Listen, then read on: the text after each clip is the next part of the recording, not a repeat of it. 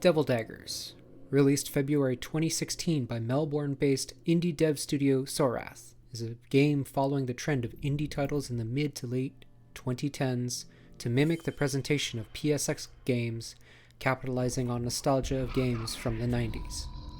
Textures are unfiltered and polygons jitter as you bunny hop across a small arena, trying to shoot unending enemies and improve your survival time. Despite the pseudo-90s aesthetic, the gameplay is much more reminiscent of even older titles like Missile Command, Tempest, or Battlezone. I wouldn't be surprised if a wireframe version of this game would have somehow made more sense and appealed to an even older crowd of gamers. The arena is purposefully dark, and your view distance is short, to force the player to rely on the spatial sound to keep track of enemies surrounding you. Quick snapshots help you avoid being killed by increasingly aggressive enemies barreling towards you at faster speeds. The enemy movement has its own quirks that force you to adapt to their patterns.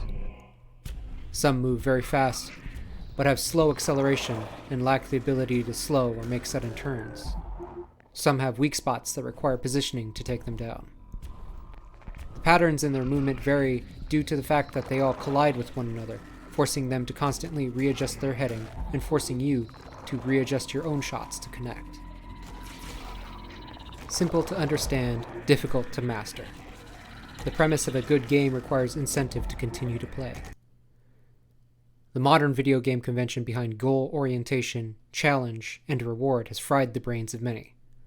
Modern games feature numerous achievements and are comparatively easy. Challenge is often minimal, rewards are extravagant and baked into microtransaction-laden affairs. Daggers bucks these trends. No quest markers, no bars to fill. The challenge is constant. Despite your mastery, you can fail repeatedly to trivial enemies. The reward is simple. You get to meet the next challenge. Like early video games from before the great video game crash in 1983, Daggers polarizes players into two very distinct groups.